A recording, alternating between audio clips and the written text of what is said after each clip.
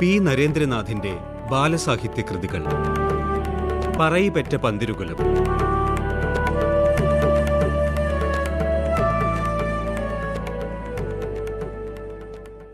വരരുചി, ഈ സദസ്സിൽ നമ്മുടെ പ്രത്യേക സ്നേഹത്തിനും ബഹുമാനത്തിനും എപ്പോഴും പാത്രീഭവിക്കുന്നത് താങ്കളാണ്.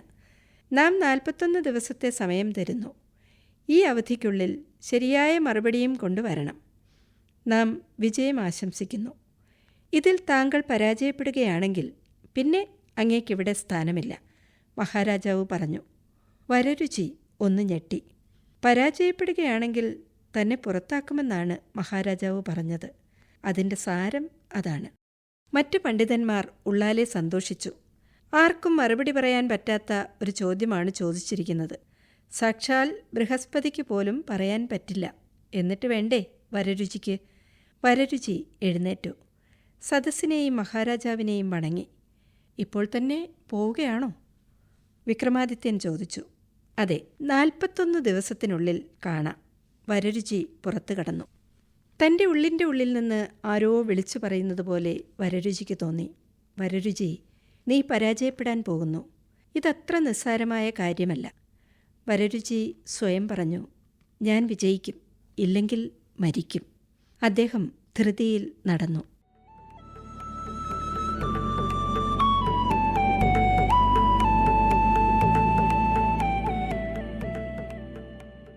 വരരുചി ദേശാടനത്തിനിറങ്ങി.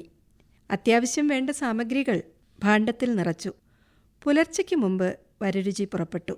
മനസ്സിൽ ഒരേയൊരു ചോദ്യം മാത്രം. രാമായണത്തിലെ പ്രധാന ശ്ലോകം ഏതാണ്?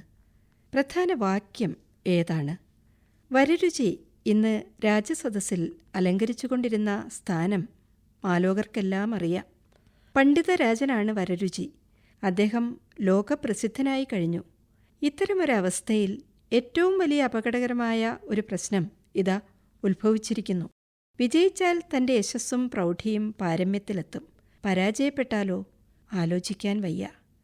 ആകാശത്തു നിന്നും പാതാളത്തിലേക്ക് പതിക്കുന്ന അനുഭവമായിരിക്കും അത്. രാജസദസ്സിൽ പിന്നെ സ്ഥാനമുണ്ടാവില്ല.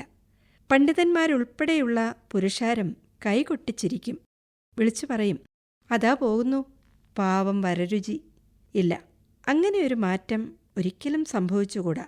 ലക്ഷ്യം നിറവേറ്റാൻ സാധിച്ചില്ലെങ്കിൽ സമുദ്രത്തിൽ ചാടിത്താൻ മരിക്കും. ഇതിന് സംശയമില്ല. വരരുചി നടന്നു. വെയിലിന് കട്ടികൂടി. എത്തിയിരിക്കുന്നത് ഒരു കാനനത്തിലാണ്. പക്ഷികളും മൃഗങ്ങളും ശബ്ദിച്ചുകൊണ്ടിരിക്കുന്നു.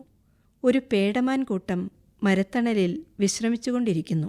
സമീപത്ത് മനോഹരമായ ഒരാശ്രമം, പർണശാലയാണ്. വരരുചി അങ്ങോട്ട് വന്നു. ഇവിടെ ആരുമില്ലേ? ആശ്രമ കവാടത്തിൽ നിന്നുകൊണ്ട് വരരുചി ചുണ്ടനക്കി. വൃദ്ധനായ ഒരു മഹർഷി പുറത്തു വന്നു. വെഞ്ചാമരം പോലെ വെളുത്തു നീണ്ട താടിയും ജടപിടിച്ച തലമുടിയും ചുക്കിച്ചുളിഞ്ഞ ശരീരവും പ്രകാശമേറിയ കണ്ണുകളും അദ്ദേഹത്തിൻ്റെ തപസ്സിദ്ധിയുടെ ആഴം പ്രകടമാക്കി. പി നരേന്ദ്രനാഥിന്റെ ബാലസാഹിത്യ കൃതികൾ വായിച്ചത് പ്രീതി.